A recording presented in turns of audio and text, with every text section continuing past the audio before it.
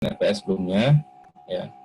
Kita bahas tentang persediaan terlebih dahulu, ya. Kemudian nanti sesi yang ke-9, aktivitas tetap, kemudian evaluasi aktivitas tetap, kemudian masuk ke merger, akuisisi, ya, penggabungan, peleburan, pemekaran, dan likuidasi. Kemudian sesi yang kedua nanti belajar investasi saham dan juga aspek dividen. Kemudian baru 13 ke leasing, ya, leasing PSAK yang kemarin 73 yang sudah kita pelajari, ya. Kemudian untuk studi kasusnya, istilahnya untuk pendalaman, ya, untuk penerapannya yaitu akuntansi jasa konstruksi. Nah, teman-teman, untuk tugas makalah kan ada juga, ya. Nah, silakan, mungkin akan lebih pas teman-teman coba dari laporan keuangan yang sudah dipelajari, dibuat makalah pada sesi makalah 1, itu coba mungkin bisa mengambil tentang akibat tetap, tentang reval kalau ada, tentang merger, akuisisi, atau corporate action, ya, ini biasanya di corporate action nih, ya. Kemudian investasi atau aspek dividen, atau kalau ada terkait leasing. Nah, kalau kemarin mungkin teman-teman udah ada yang ngambil real estate atau konstruksi, nah saya kira pas juga untuk makalah yang sesi kedua. Ya, jadi seperti hanya tugas sesi makalah 1, teman-teman bisa mengcapture dari materi-materi ini. Jadi dengan makalah itu setidaknya dapat tambahan tambahan terkait pemahaman akuntansi pajak untuk yang kita pelajari di sesi yang kedua.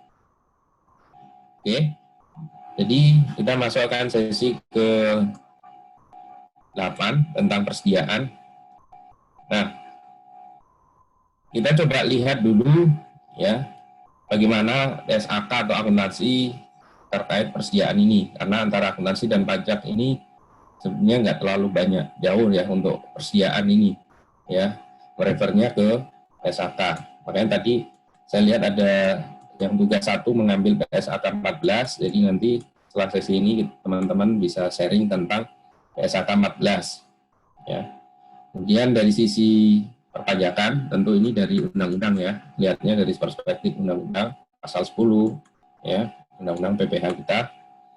Kemudian bagaimana sistem pencatatannya, ini kita mereview lagi sebetulnya, karena waktu kita belajar jurnal terkait withholding tax itu sebenarnya sudah banyak mengcapture tentang pencatatan persediaan ini. Kemudian metode penilaian persediaan, ya, kemudian pencatatan dan juga penyajian. Ya, penyajian di laporan keuangannya seperti apa, dan juga apabila nanti ada error, ya, kesalahan di dalam menyajikan persediaan, bagaimana akibatnya nanti di laporan keuangan, entah income statement maupun di balance sheet. Ini saya kira materinya, ya, untuk persediaan. Oke.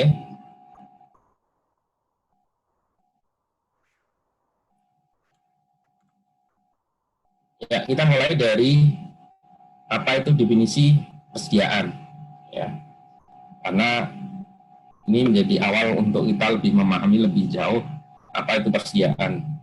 Ya, persediaan itu kalau di PSAK, ya, jadi kriterianya adalah aset tersedia untuk dijual dalam kegiatan bisnis. Ya, jadi memang aset, tapi memang tujuannya untuk dijual untuk kegiatan bisnis. Misalnya apa nih? Misalnya perusahaan punya mobil, gitu, ya, showroom mobil. Nah, dia kan punya aset tuh. Nah, untuk dijual, karena memang kegiatan bisnisnya adalah jual beli mobil, ya kan? Jadi stok yang ada di showroom, ya, nah itu akan menjadi persediaan. Mungkin kalau di perusahaan yang lain secara umum mobil tadi akan masuk sebagai fixed asset, tetapi untuk kegiatan bisnis seperti ini maka dia akan mencatatnya sebagai persediaan. Kemudian aset dalam proses produksi untuk penjualan. Nah, ini kita kan ada kenal waktu belajar, ya, akuntansi biaya, ya, ada barang baku, barang dalam proses, ya, barang jadi, gitu, ya. Nah, ini kan memang arahnya nanti untuk dijual. Jadi ada raw material, kemudian ada work in process, persediaan dalam proses, dan finish good. Oke. Kemudian yang ketiga adalah SAT dalam bentuk bahan atau perlengkapan yang digunakan untuk produksi atau pemberian jasa. Ya. Oke. Ini saya kira dari definisi ya, persediaan itu sendiri. Ya. Oke. Nah, tentu persediaan ini akan ada kalau perusahaan itu bergerak di bidang perdagangan atau manufaktur. Ya, kita nggak akan temukan kalau dia full perusahaan jasa.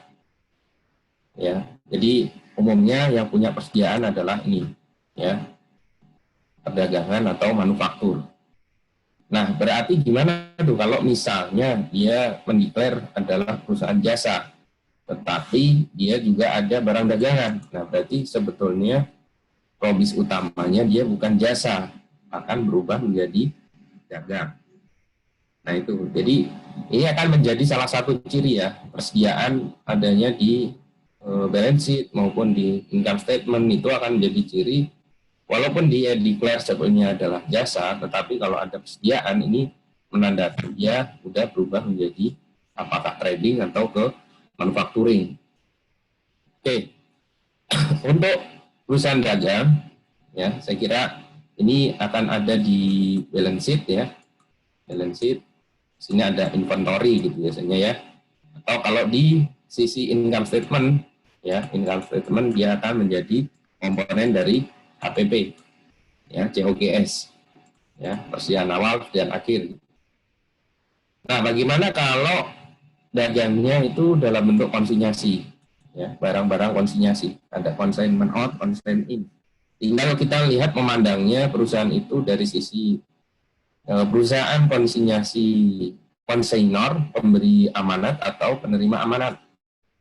Nah ini kan nanti siapa sebetulnya yang mengakui persediaan di barang konsinyasi? Nah tentu dia adalah pemilik barang sesungguhnya, ya, konsainornya harusnya, ya, konsaini atau dia kan hanya dititipin saja gitu. Nah dia tidak berhak untuk mencatatkan persediaan. Oke. Karena memang secara faktual dan ininya milik si konsenyor. Konsennya hanya ketitipan tempat untuk bantu jual saja. Kemudian bagaimana dengan manufaktur? Tadi sudah sempat saya singgung ya. Manufaktur ini ada tadi raw material, ada bahan penolong, ya, porting, work in process, finish good, kemudian barang dalam perjalanan. Barang di perjalanan ini ya tentu kalau melihat syarat penyerahannya ya, apakah SOB shipping point atau FOB destination yang masih dalam proses. Terlebih dari misalnya pas musim akhir tahun seperti ini, ya. Jadi mungkin kalau pengiriman normalnya 3 hari karena kena libur akhir tahun, jadi mungkin bisa baru setelah tahun baru nyampe. Ini kan siapa yang berhak mengakui persediaannya? Ini kan menjadi isu hal yang menarik ini. Nah ini tentu tergantung nanti syarat penyerahannya, apakah FOB shipping point atau destination. Nah di dalam manufaktur juga mungkin ada barang konsinyasi, ya, barang titipan tadi. Nah ini balik lagi yang menjadi ya pencatat nanti sebagai pemilik persediaan ya tentu adanya di pemberi amanat atau konsainornya. Nah, terkait tadi masalah penyerahan pemilikan barang, ini terkait barang dalam perjalanan, ini tadi tentu melihat syarat apakah FOB shipping point atau FOB destination. Shipping point itu kita tahu barang akan menjadi milik si pembeli apabila barang itu sudah dikirim ke ekspedisi. FOB destination akan menjadi milik pembeli apabila sudah sampai ke gudang. Nah, jadi kalau masih dalam perjalanan, nah lihat dulu dengan syarat penyerahan dari barang tersebut. Nah, terkait barang konsinyasi ya, atau komisi, ya tentu tadi konsaini dia hanya dapat komisi saja. Ya, nah, nanti terkait pencatatan persediaan itu ada di konsinyor. atau pemberi amanat.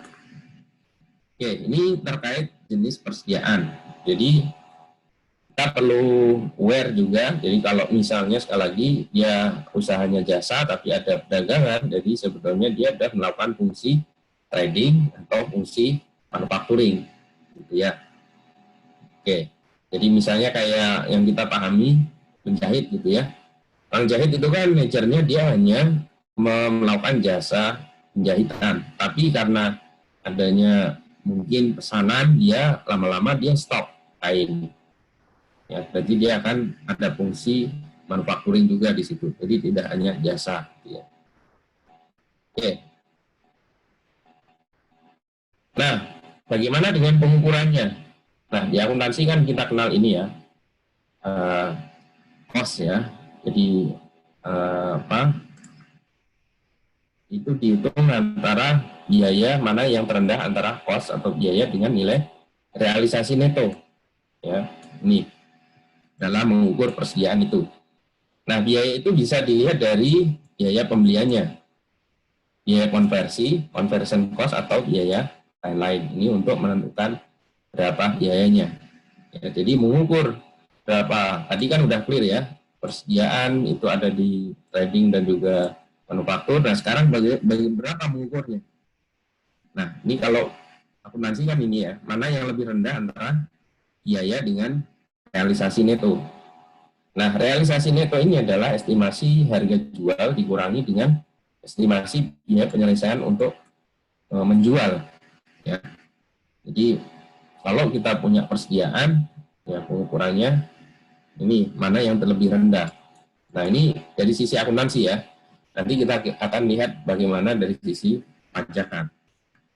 Nah, mengenai apa biaya pembelian, biaya konversi, biaya lain-lain ini, coba kita perhatikan bahwa terkait komponen persediaan, ya persediaan itu kalau kita melihatnya dari sisi biaya pembelian, berarti ada harga beli. Kalau dia terkait impor, ya ada biaya impor, ya kita kenal CIF ya, cost insurance price plus biaya masuk ya. Kemudian biaya pengangkutan, biaya penanganan dan biaya lainnya yang dapat diatribusikan langsung, ya dikurangi dengan diskon, rabat dan sejenisnya. Oke, ini masuk ke biaya pembelian. Nah, kemudian biaya konversi ini apa? Biaya langsung yang dapat dikonversi seperti apa? Biaya tenaga kerja dan BOP. Biaya konversi kan komponennya dua kan, BTK sama BOP, ya, atau istilahnya direct labor sama FOH. Ya. Nah, untuk biaya lain-lain, ya biaya yang timbul karena kondisi ya, misalnya apa? Terkait perancangan produk, ya untuk pelanggan, ya. Nah, ini masuk kepada biaya lain-lain. Oke, ini adalah komponen yang masuk sebagai biaya persediaan, ya disebut biaya persediaan karena kan masih selain tadi nilai realisasi neto juga pakai pendekatan cost ya atau biaya persediaan. Nah, dalam menghitung nilai realisasi neto, ini yang perlu diperhatikan adalah kenapa perlu ada estimasi menghitung nilai realisasi neto ini dari persediaan. Ya karena kita tahu persediaan itu kan harganya fluktuatif. Kita punya stok harga yang mungkin persediaan bahan-bahan material misalnya. Nah itu kan fluktuatif ya harganya, entah besi atau semen ataupun ya bahan-bahan material. Ya. Jadi terkait nilai realisasi neto tadi tentu berdasarkan fluktuasi harga. Ya, harga semen sekarang berapa, harga besi berapa misalnya. Harga alat-alat listrik ya. Kemudian biaya langsung tadi. Ya, tentu ya, biaya langsung maupun terkait pengadaan.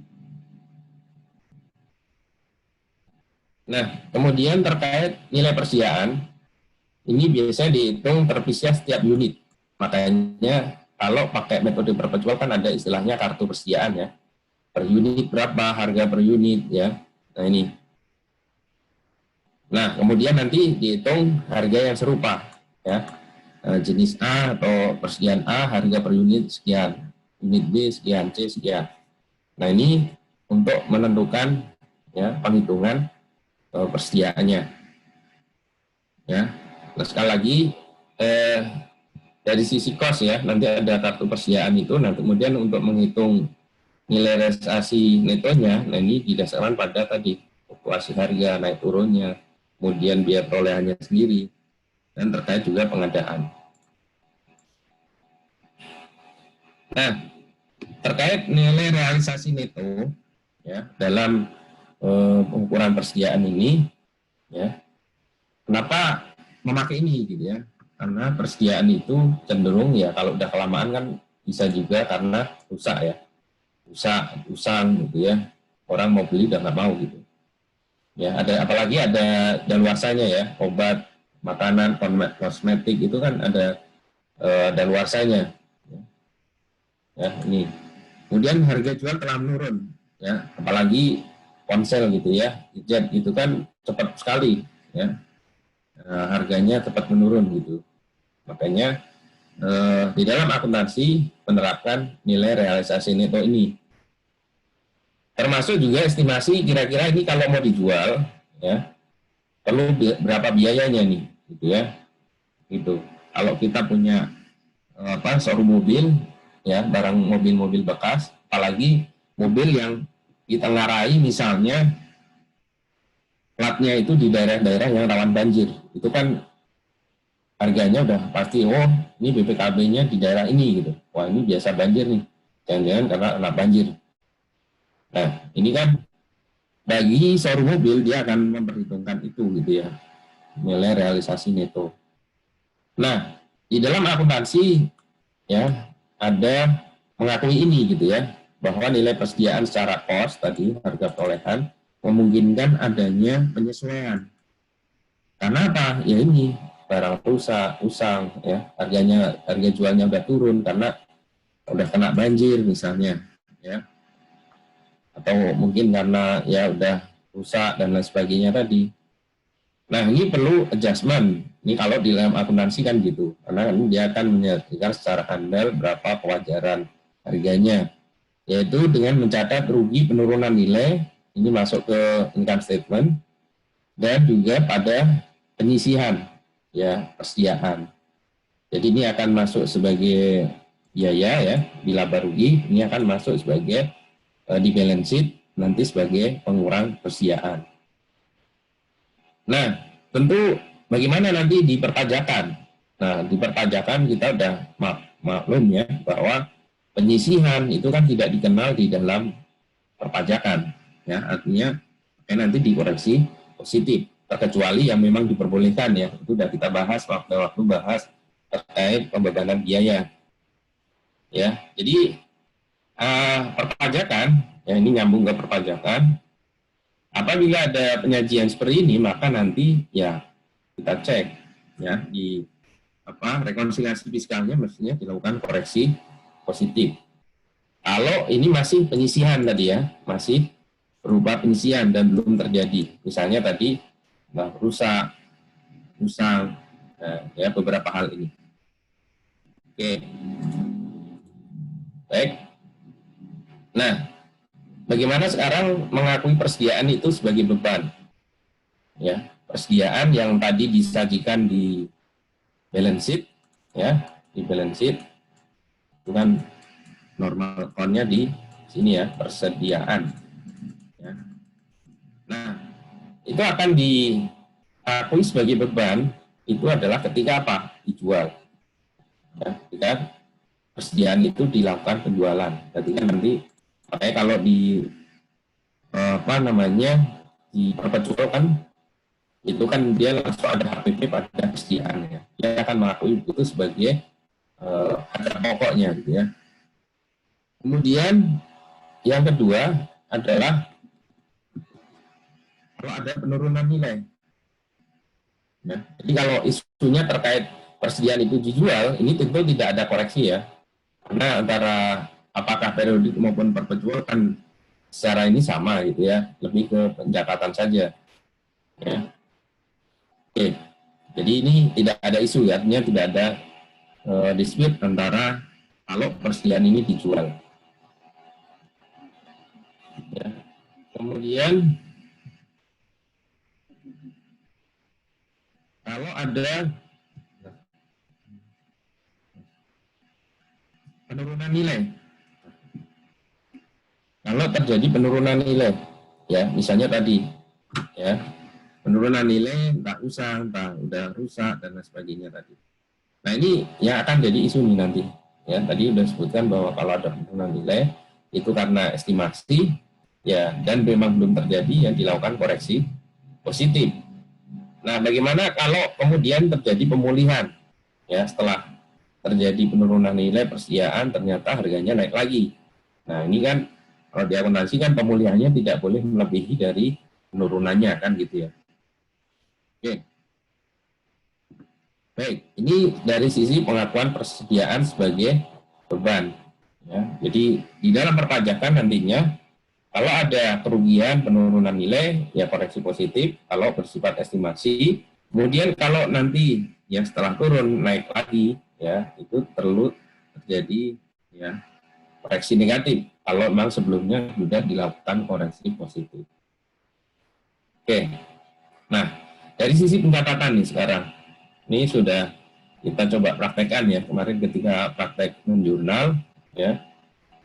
Nah persediaan itu ada dua ya sistem pencatatannya apakah perpetual atau periodik ya. Misalnya perpetual dia akan mendebit persediaan ya pada utang atau kas itu pada saat pembelian. Dan saat penjualan dia akan debit di utang atau kas pada penjualan. Kemudian ditambahkan jurnal HPP atau COGS pada persediaan. Nah ini tinggal nanti kita masukkan dengan aspek pemajakan, misalnya PPN masukan, kemudian ya PPN keluaran, kemudian misalnya kalau transaksi ke bendaharawan, kapan penagihannya dan seterusnya. Nah ini tinggal itu saya kira sudah tuntas ya kita pelajari ketika membahas aspek jurnal terkait PPN maupun withholding. Nah, bagaimana dengan periodik? Jadi, periodik ini akan mendebit pembelian pada utang. Ya. Kemudian pada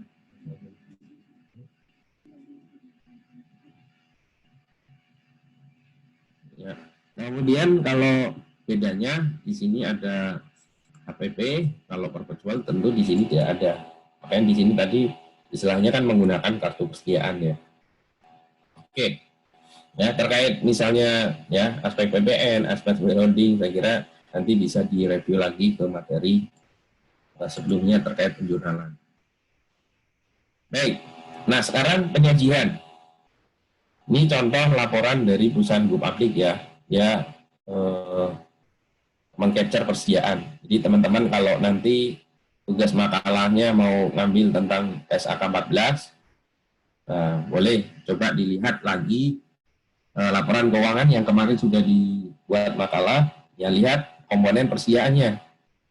Nah, di dalam laporan keuangan, khususnya di balance sheet, nah ini ada terdiri dari barang jadi, work in process, bahan baku, bahan pembantu, suku cadang, ini ya.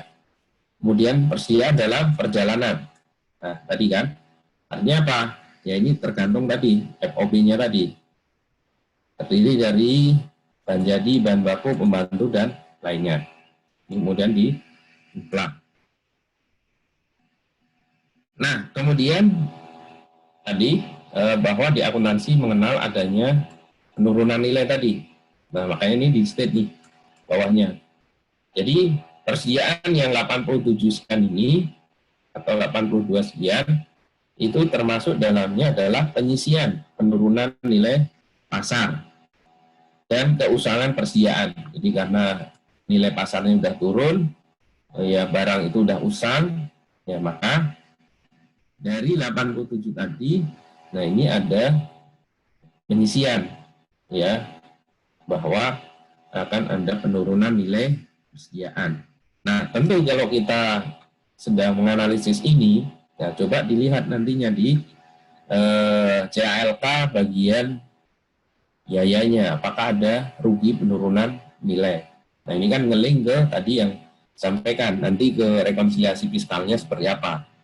Jadi teman-teman nanti Karena kan sudah belajar rekonsiliasi fiskal, belajar ini. Walaupun teman-teman hanya mengcapture persediaan, tentu persediaan ini kan irisannya adalah ke balance sheet dan juga ke income statement. Nah, coba dilihat, walaupun satu akun bisa di-trace ke balance sheet-nya seperti apa, ke income statement-nya seperti apa. Jadi nggak hanya, oh ini perusahaan sudah menerapkan PSAK 14 tentang persediaan, ya. Misalnya dia sudah mengungkap, dia sudah menyajikan, dia sudah menentukan, misalnya nih, ini kan terkait nilainya, dia juga sudah declare bahwa dia pakai nilai penurunan. Nah, bagaimana lihat juga ke balance sheet sama income statement-nya. Ini menjadi trigger nantinya. Kalau kita biasa gitu, nanti, oh ini persediaan ini nge-linknya ke akun mana, itu akan terbiasa bahwa laporan keuangan ini apakah ada kewajaran atau tidak gitu ya. Oke, ini karena sekali lagi persediaan ini korelasinya bisa balance sheet, bisa ke income statement. Baik, nah kemudian terkait masalah pembebanan persediaan, tadi kan mana dulu nih ya, kalau kita punya gudang ya, itu mana dulu sih sebenarnya yang jadi persediaan. Kalau stoknya hanya sedikit gitu ya, jualan masih retail gitu ya, oh ketahuan, oh ini yang udah kejual, ini waktu itu beli 100, kita jual 105, 110. Tapi begitu sudah banyak, bagaimana pembebanannya? Nah, ini akuntansi sekarang sudah ya menerapkan ya, yaitu apa istilahnya metodenya ya. Kalau dulu kita kenal ada FIFO, average, LIFO. Nah, sekarang ini yang diperkenalkan kan dua ini. Ini antara pajak dan akuntansi sudah sama nih. Ya. Masuk pertama, keluar pertama, atau first in, first out. Ya. Kemudian average, atau rata-rata tertimbang. Jadi ini udah nggak dipakai LIFO ini. Ya, udah sejalan dengan pajak ya. Pajak kan memang nggak pakai LIFO. Tapi nanti kita coba lihat gitu ya, bagaimana perbedaannya. Nah, kalau misalnya ini kita mungkin kesulitan ya, nah ini bisa juga dengan menggunakan identifikasi khusus ya. Identifikasi khusus ini yang terkait persediaan barang-barang persediaan yang memang khusus gitu ya, apakah obat, farmasi, apotek itu kan ya ada identifikasi khusus ya, yang warna hijau, strip merah, yang pakai harus resep dokter atau obat yang ini kan ini harus diidentifikasi tuh ya. Baik, nah perlu diperhatikan nih, jadi penurunan nilai persediaan tidak dapat dibebankan secara fiskal, makanya kalau tadi ada penurunan langsung dikoreksi positif ya, nih dikoreksi positif. Tapi begitu turun tadi koreksi negatif, begitu pemulihan ya nanti fair aja koreksi negatif kan gitu ya, karena pajak mengakui masih secara cost ya, harga perolehan. Oke, ini terkait isu kalau ada penurunan dan juga pemulihan ya, istilahnya kenaikan. Baik, kita coba lihat sekarang dari sisi metode untuk penentuan persediaannya ya. Jadi misalnya ini pakai metode average ya, rata-rata ya, rata-rata, maka misalnya ini persediaan awal 100, kuantitinya, price-nya ini price harga pokok ya, bukan harga jual ya. Berarti ending persediaan awal kan jadi langsung karena nggak ada penjualan pembelian, jadi langsung menjadi persediaan akhir di pas satu ini. Dia misalnya ada pembelian ya, tambah, kemudian ada pembelian lagi tambah. Nah, karena ini pakai average, maka harga pokoknya nanti selalu fluktuatif kan. Nah ini ya, harga pokoknya. Jadi yang semula 9, karena ibarat barang kan udah dicampur gitu ya. Nah, ketika dijual ya sudah, karena udah tahu cost per unitnya, berarti dijual berapa, misalnya 100, ya udah dikali 10,75 ya, selisihnya ya berarti masih 200. Kemudian dilakukan penjualan misalnya Ya, jadi yang dijual ini ya kita dalam rangka itu harga pokok persediaannya ya. Makanya di sini bukan harga jual. Sehingga dari sini ketahuan COGS-nya harga pokoknya dan juga ending inventory atau persediaan akhirnya. Ya, secara untuk ngitung APP, metode average ini lebih mudah ya karena nanti mempermudah penghitungan di sini. Oke, ini adalah average. Kemudian bagaimana dengan FIFO? Ya, cost in, cost out. Ya, tadi kasusnya sama, persediaan, kemudian pembelian, kemudian dijual. Karena metodenya adalah cost in, cost out, jadi barang yang masuk pertama dialah yang dijual, berarti ketika jual 100, dia akan ngambil dari barang yang di persediaan awal. Ya, berarti kalau ini yang diambil, berarti terkait persediaannya berarti yang ini, 200-nya. Kalau tadi kan di rata-rata ya. Nah, kemudian untuk penjualan ya, jadi misalnya jual lagi 100 ya berarti ngambil lagi yang duluan, yang 12 karena first in first out. Sisanya yang paling akhir.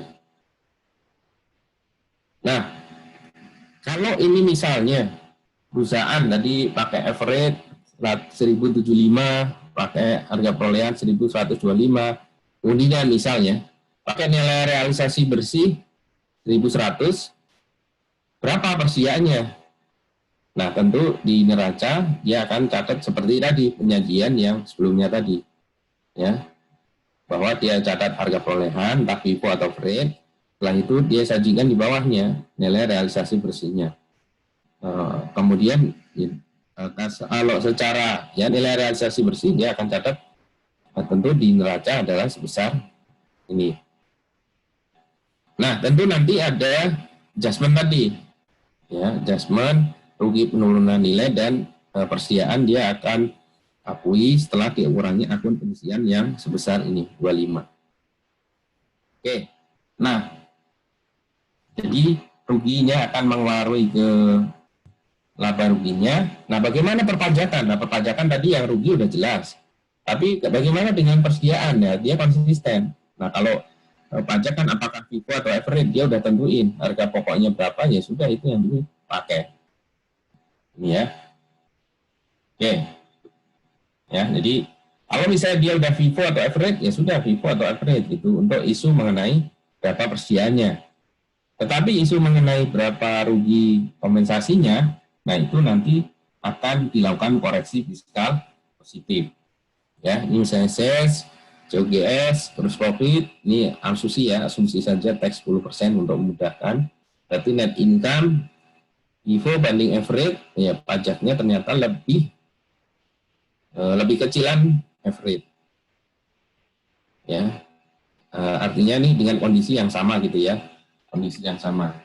Makanya tidak banyak juga WPWP pakai average karena lebih mudah kayak tadi ya. Kalau untuk FIFO mana yang duluan nandainya itu susah gitu. Kalau apalagi barang-barangnya yang beraneka ragam gitu ya.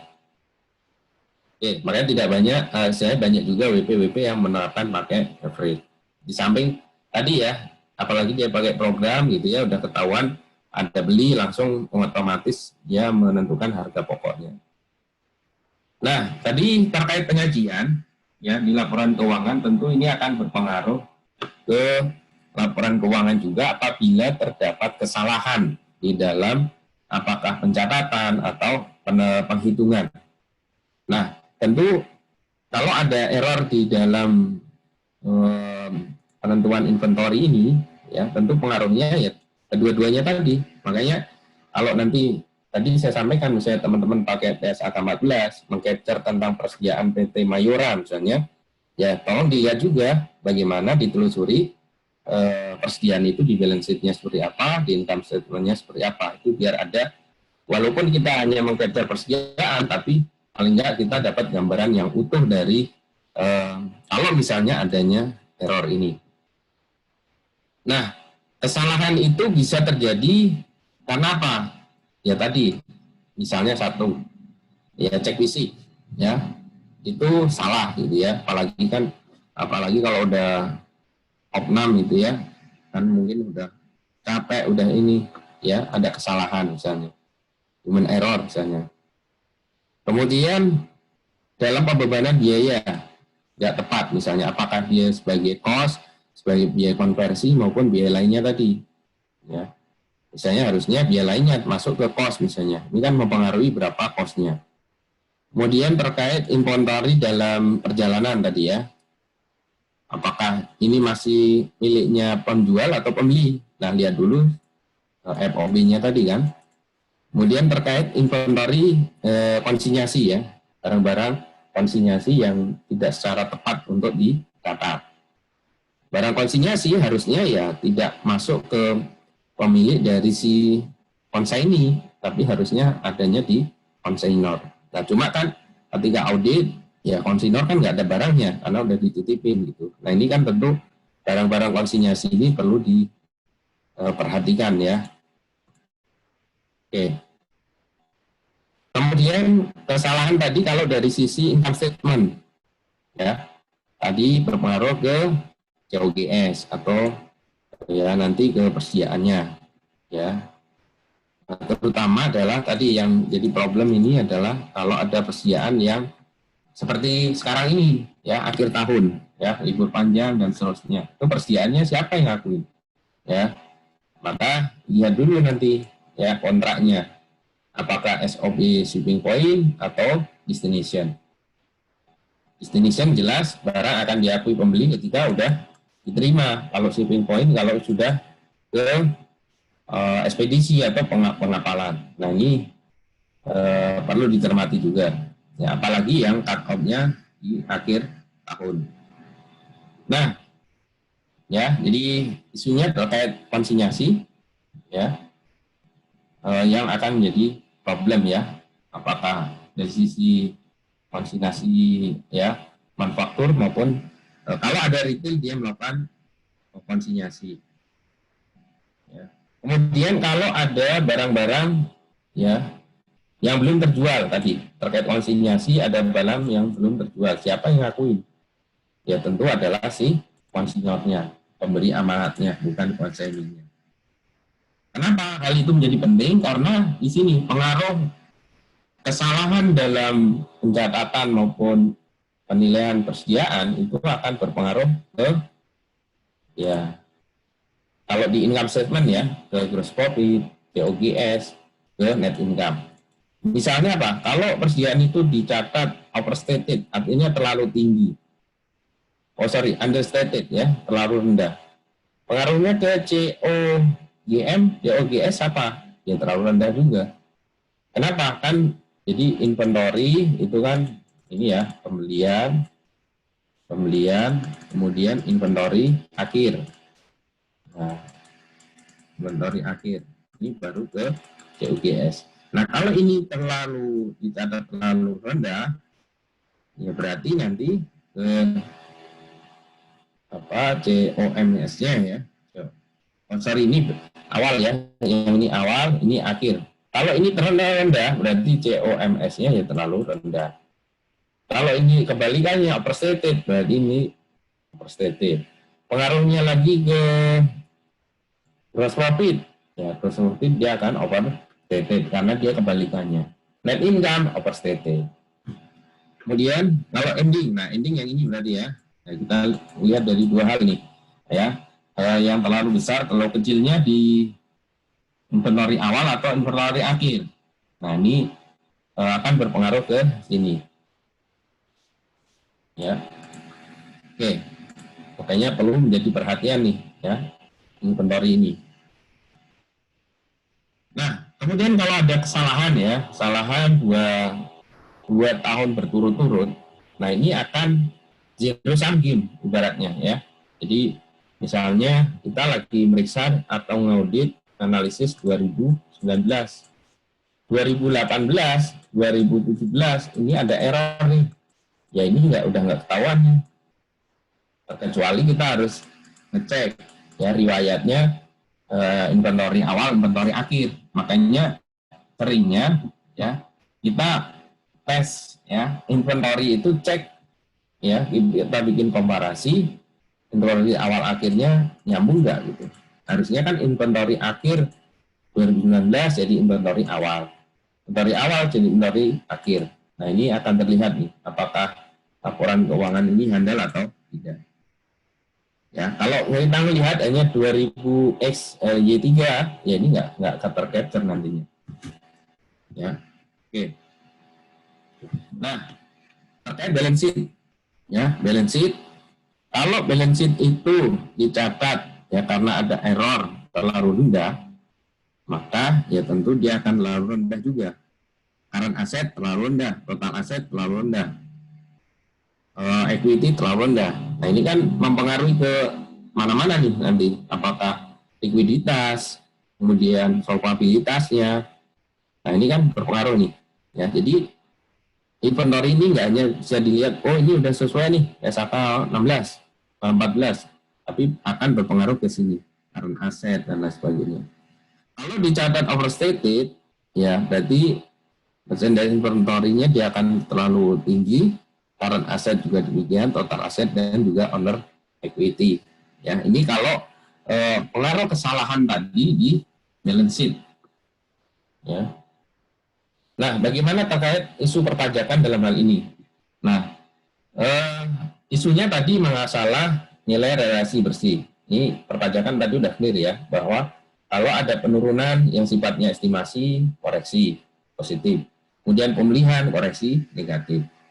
Kemudian terkait perpajakan, penghitungannya pakai FIFO dan average, gitu ya. FIFO dan average tadi udah di sebelumnya sudah diilustrasikan bagaimana pencatatan pakai FIFO dan average.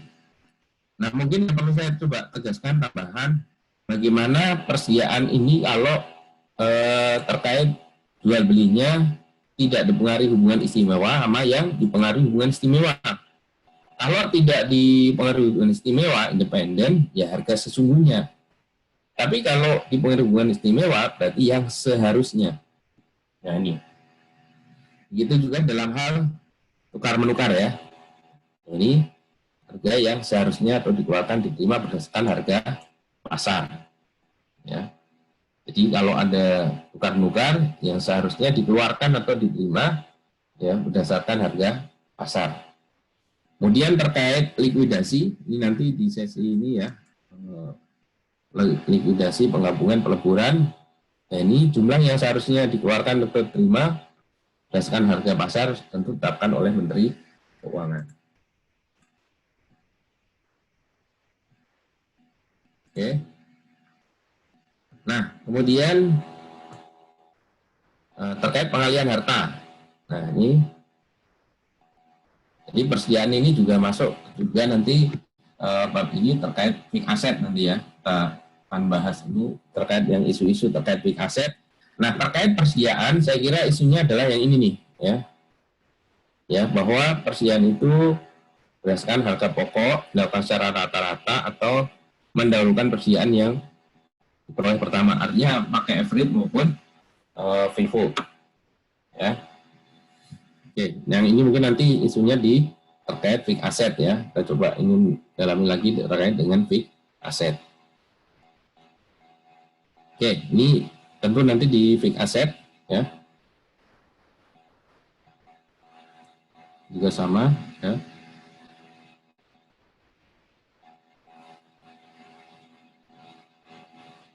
Nah, ini yang terkait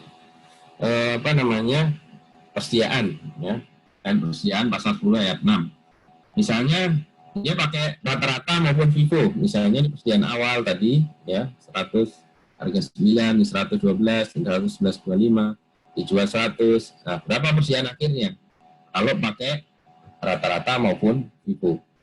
Nah, ini ya kalau pakai FIFO maupun rata-rata. Ya, saya kira teman-teman udah ini ya untuk menentukan kalau FIFO dan rata-rata tadi di awal juga sudah kita singgung. Baik, saya kira ini ya untuk materi persediaan. Jadi concernnya mengenai definisi, kemudian pencatatan, kemudian sistem penilaian, kemudian terkait konsep tadi mana yang lebih rendah, kemudian nanti penyajian bagaimana kalau ada error. Nah, ini masuk ke pasal 10 bagaimana kalau persediaan itu masuk ke transaksi yang dipengaruhi oleh hubungan istimewa. Baik, saya kira ini terkait untuk sesi paparannya. Oke, Mbak Dede, rekamannya bisa di skip dulu. Iya, Pak. Oke.